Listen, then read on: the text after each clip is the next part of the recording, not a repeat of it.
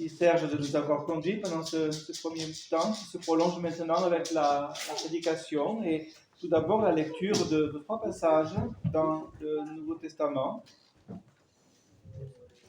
Il n'y a pas le passage qui est indiqué sur la feuille, mais pas grave. Dans l'évangile de Jean, chapitre 15, tout d'abord, je vais lire les versets 18 à 21.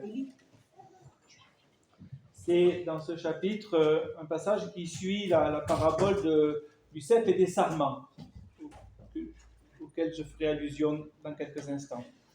Donc, je lis à partir du verset 18, Jean 15, verset 18. Si le monde vous hait, ou si le monde vous méprise, vous rejette, sachez qu'il m'a haï avant vous. Si vous étiez du monde, le monde aimerait ce qui est à lui. Mais parce que vous n'êtes pas du monde, et que je vous ai choisi du milieu du monde, à cause de cela, le monde vous hait. Souvenez-vous de la parole que je vous ai dite. Le serviteur n'est pas plus grand que son maître. S'ils m'ont persécuté, ils vous persécuteront aussi. S'ils ont gardé ma parole, ils garderont aussi la vôtre. Mais ils vous feront toutes ces choses à cause de mon nom, parce qu'ils ne connaissent pas celui qui m'a envoyé. Donc dans ce passage de Jésus, nous voyons quand même tout de suite à la fois une promesse et un avertissement. On pourrait dire la promesse, ils ont écouté ma parole, ils écouteront la vôtre. Et l'avertissement, ils m'ont persécuté, ils vous persécuteront. Voilà. Ensemble, dans un même mouvement. Je propose de lire maintenant un petit peu comme une illustration de ce que nous venons d'entendre dans le livre des Actes, donc juste après l'événement de la Pentecôte, Actes chapitre 5, je lis les versets 27 à 29, tout d'abord. Acte 5. Après qu'ils les eurent amenés en présence du Sanhédrin, donc c'est les Juifs qui sont irrités d'entendre les chrétiens annoncer le nom de Jésus. Après qu'ils les eurent amenés devant, on peut dire, le tribunal des Juifs, le souverain sacrificateur les interrogea en ces termes. Donc les premiers disciples. Ne vous avons-nous pas défendu expressément d'enseigner en ce nom-là? Et voici, vous avez rempli Jérusalem de votre enseignement, et vous voulez faire retomber sur nous le sang de cet homme. Pierre répondit, il faut obéir à Dieu plutôt qu'aux hommes. Et à la fin du chapitre, je lis les deux derniers versets, versets 40 à 42. Gamaliel, un des docteurs de la loi, émet une parole de sagesse, on pourrait dire. Attention, on ne peut pas exclure complètement qu'ils viennent de Dieu. Ne prenons pas le risque de combattre contre Dieu. Laissons-les faire et on verra bien ce qui arrive. Si c'est de Dieu, eh bien, leur œuvre se poursuivra, comme elle se poursuit aujourd'hui. Si ce n'est pas de Dieu, elle s'arrêtera d'elle-même. Ils se rangèrent de son avis et ayant appelé les apôtres, ils les firent battre de verges, c'est-à-dire on les a battus quand même, et ils leur défendirent de parler au nom de Jésus, puis ils les relâchèrent. Les apôtres se retirèrent de devant le Sanhédrin, joyeux d'avoir été jugés dignes de subir des outrages pour le nom de Jésus. Et chaque jour dans le temple et dans les maisons, ils ne cessaient d'enseigner et d'annoncer la bonne nouvelle de Jésus-Christ. Plusieurs croient qu'avec la venue de Jésus, donc la venue de Jésus dans le monde, ou la venue de Jésus dans nos cœurs ou dans nos vies, eh bien, les épreuves vont s'écarter sur le passage et les choses vont devenir plus simples et plus faciles. Et certains, probablement, se disent, bon, si avec Jésus, ce n'est pas parfaitement réalisé tout cela, avec le Saint-Esprit, là, c'est sûr que ça va se réaliser les choses vont devenir plus simples et plus faciles. Est-ce que la Bible dit cela? Pas vraiment. Le premier point de mon message, je l'ai appelé du fruit et des épreuves. Du fruit, ils écouteront votre parole parce qu'ils ont écouté la mienne. Des épreuves, ils m'ont persécuté, ils vous persécuteront. Et donc, pas simplement des fruits, aussi des épreuves. Pas simplement des épreuves, aussi du fruit. Alors, on voit cela dans ce chapitre 15 de l'évangile de Jean, qui commence avec la magnifique parabole du cep et des sarments. Je suis le cep, vous êtes les sarments, et celui qui demeure en moi et en qui je demeure porte beaucoup de fruits. Est-ce que cette parabole parle du Saint-Esprit? Bien sûr que oui. Qui fait passer la sève du cep dans les sarments? C'est le Saint-Esprit. Dont il est dit, il prendra de ce qui est à moi et il vous l'annoncera. Voilà. Le Saint-Esprit est versé dans nos cœurs, l'amour de Dieu est versé dans nos cœurs par le Saint-Esprit qui nous est donné. C'est précisément le ministère du Saint-Esprit de prendre ce qui est en Christ et de le mettre dans notre vie et dans l'Église. Comment pourrions-nous monter jusqu'en haut pour aller chercher ces choses? Il les donne, c'est l'œuvre de la grâce, et le Saint-Esprit en est l'agent en quelque sorte.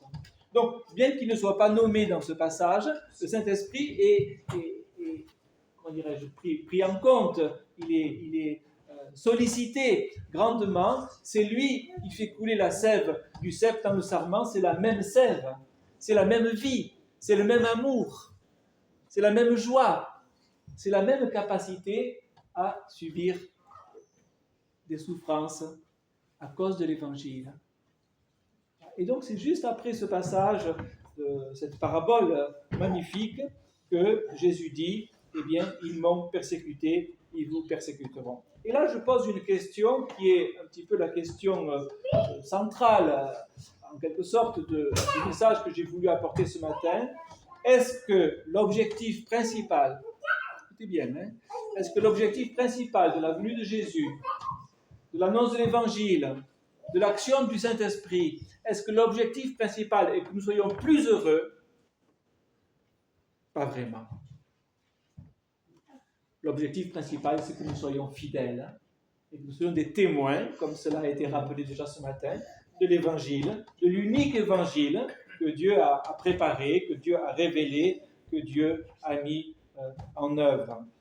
Alors quelqu'un dira, oui, mais est-ce qu'il n'y a pas quand même de la joie à appartenir au Seigneur, à ce que son nom soit glorifié? Bien sûr que oui, il y a de la joie à appartenir au Seigneur et à ce que son nom soit glorifié. Bien sûr, il y a de la joie à nous retrouver ensemble pour confesser la même foi et porter nos regards vers le même règne qui vient, comme nous le rappellerons tout à l'heure avec le repas, avec la scène, n'est-ce pas? Mais l'objectif, dans la parabole du cep et des sarments, Jésus dit, si vous portez du fruit, c'est ainsi que mon Père sera glorifié et que vous serez mes disciples.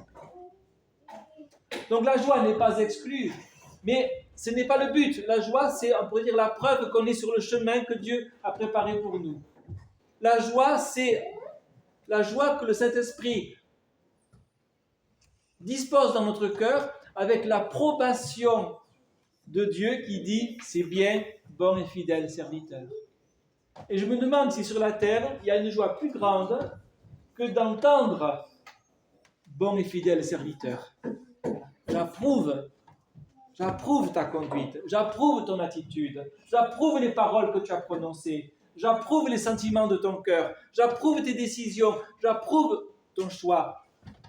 Bon et fidèle serviteur, rentre dans la joie de ton maître. On dira, c'est pas possible. Comment c'est pas possible? Avec le Saint-Esprit, c'est possible. Mais ça suppose que notre objectif n'est pas de chercher premièrement à être heureux. Notre objectif, c'est de chercher le règne de Dieu et sa justice. Cherchez premièrement le royaume de Dieu et sa justice. Toutes choses vous seront données par-dessus. Voilà. Donc Jésus a dit, ma joie est parfaite. Donc la joie n'est pas exclue, n'est-ce pas? Voilà. Mais Jésus a aussi dit, mon âme est triste jusqu'à la mort.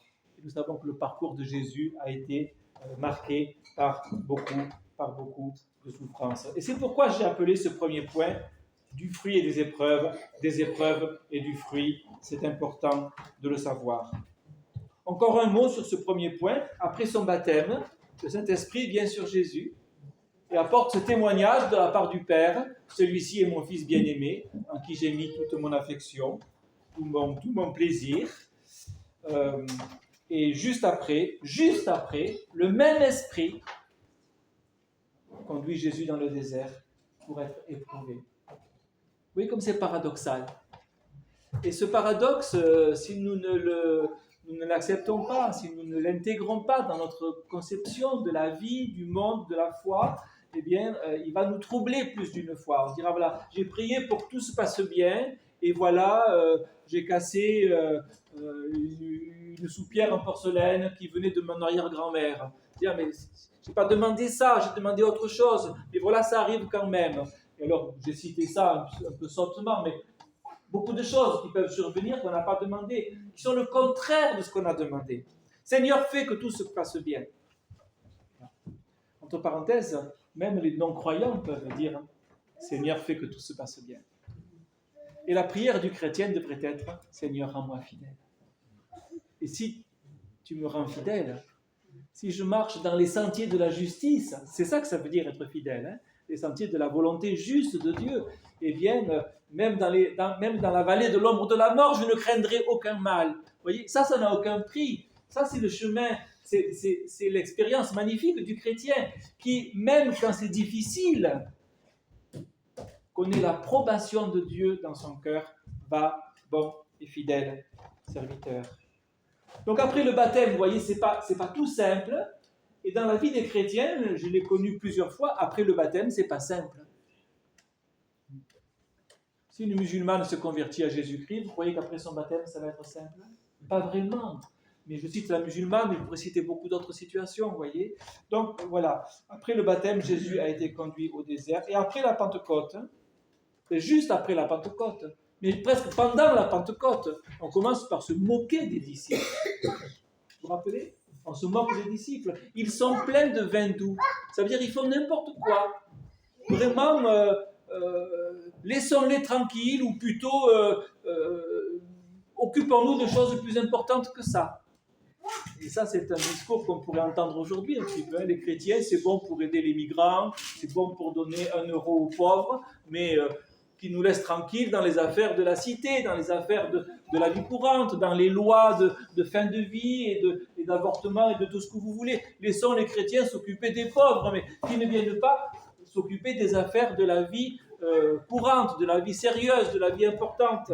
Voilà quand même ce qu'on pourrait entendre aujourd'hui. Et puis, on leur interdit, avec des menaces, d'annoncer le nom de Jésus. Défendons-leur avec des menaces de parler désormais à qui que ce soit de ce nom-là. Ça nous rappelle un peu l'actualité dans certaines circonstances, cela aussi. Et après de nouvelles menaces, les responsables de la cité disent « Ne vous avons-nous pas défendu d'enseigner en ce nom-là » Et les apôtres sont battus de verge avant d'être relâchés. Donc les apôtres de Jésus, en un sens, ce sont nos pionniers, hein, ce sont ceux qui marchent devant nous, ceux qui ont ouvert la voie, on pourrait dire. Hein.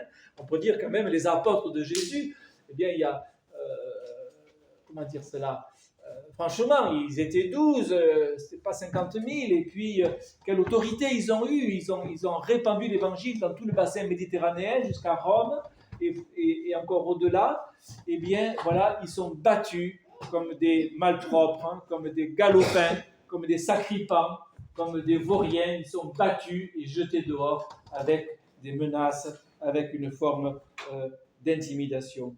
Si tout cela nous arrivait aujourd'hui, ne dirions-nous pas au Seigneur, Seigneur, il y a une erreur dans ton plan. Voilà. On fait ce que tu veux, on te sert fidèlement, on a même chanté des cantiques dimanche matin, et voilà ce qui nous arrive. Voilà ce qui nous arrive. Et certains diraient, oui, mais là, c'était avant la Pentecôte. Non, c'était après la Pentecôte.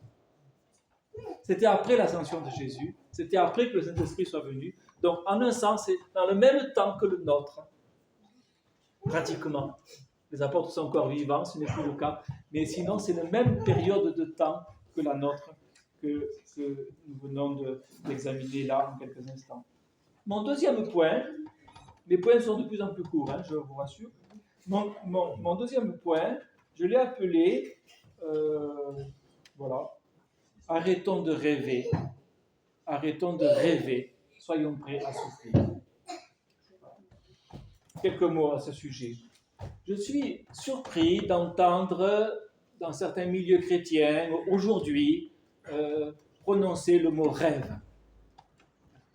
Le mot rêve fait partie un peu du langage courant, il faut rêver sa vie, etc. Eh bien, je l'entends maintenant dans certains chants ou dans certains messages ou certaines exhortations. Il faut rêver, ça fait du bien de rêver.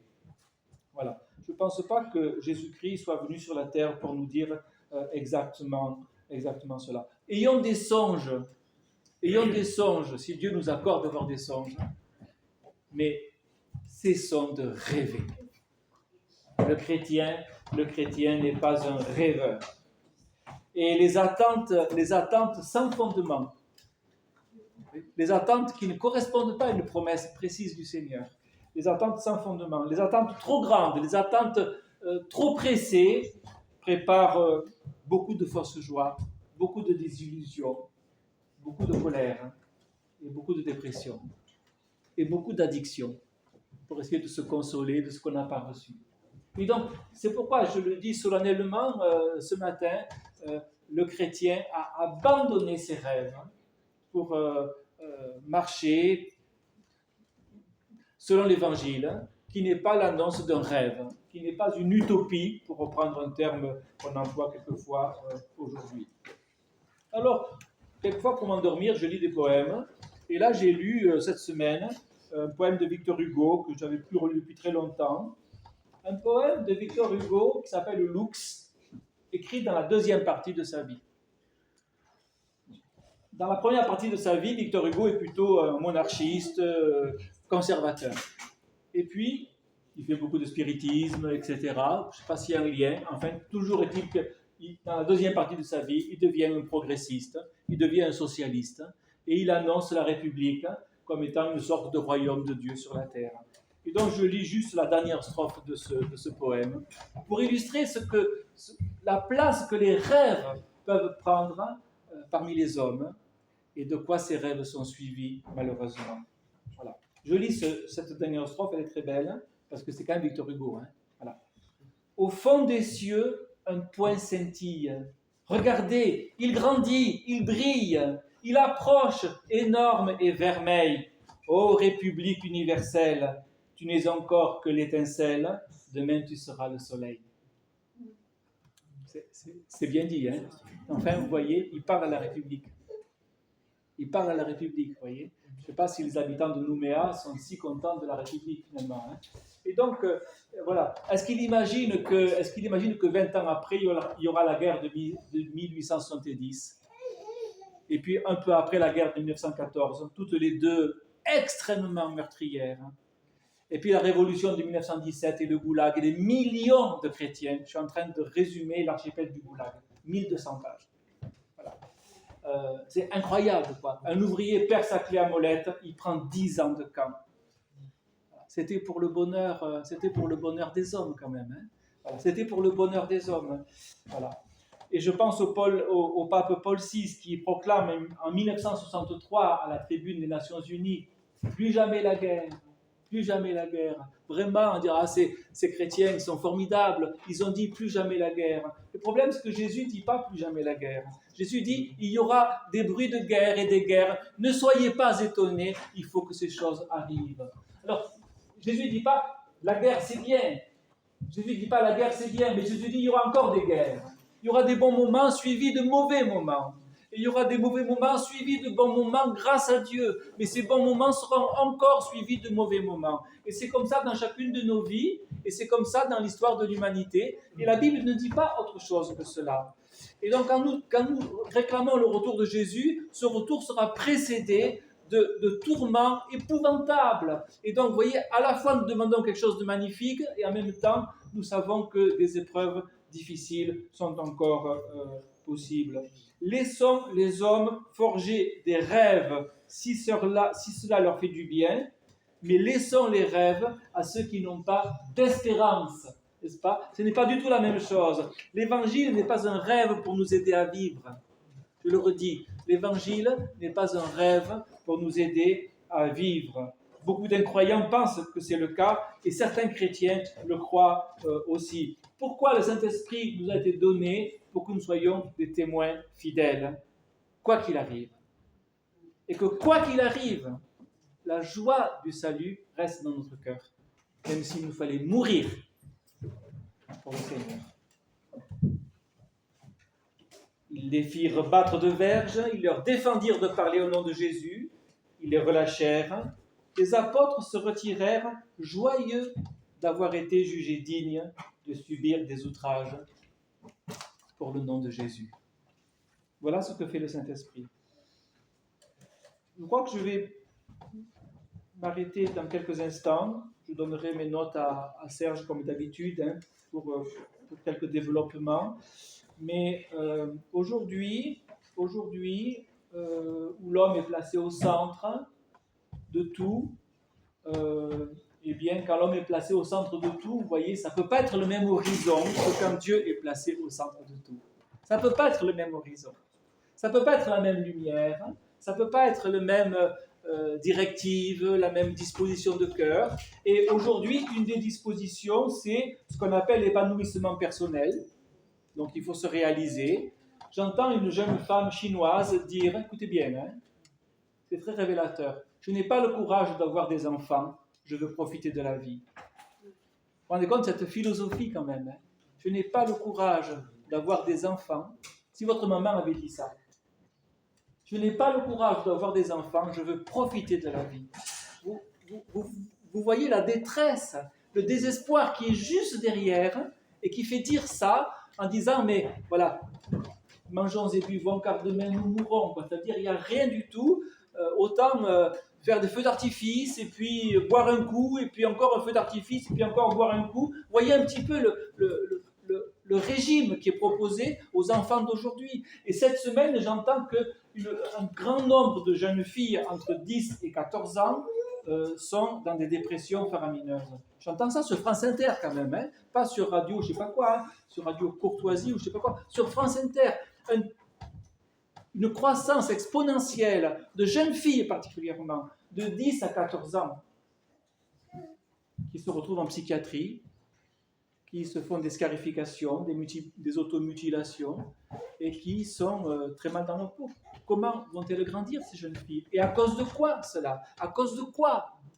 Elles ont mangé que des bonnes choses, du chocolat, des yaourts aux fruits, de je sais pas quoi, moi, du Nutella et compagnie.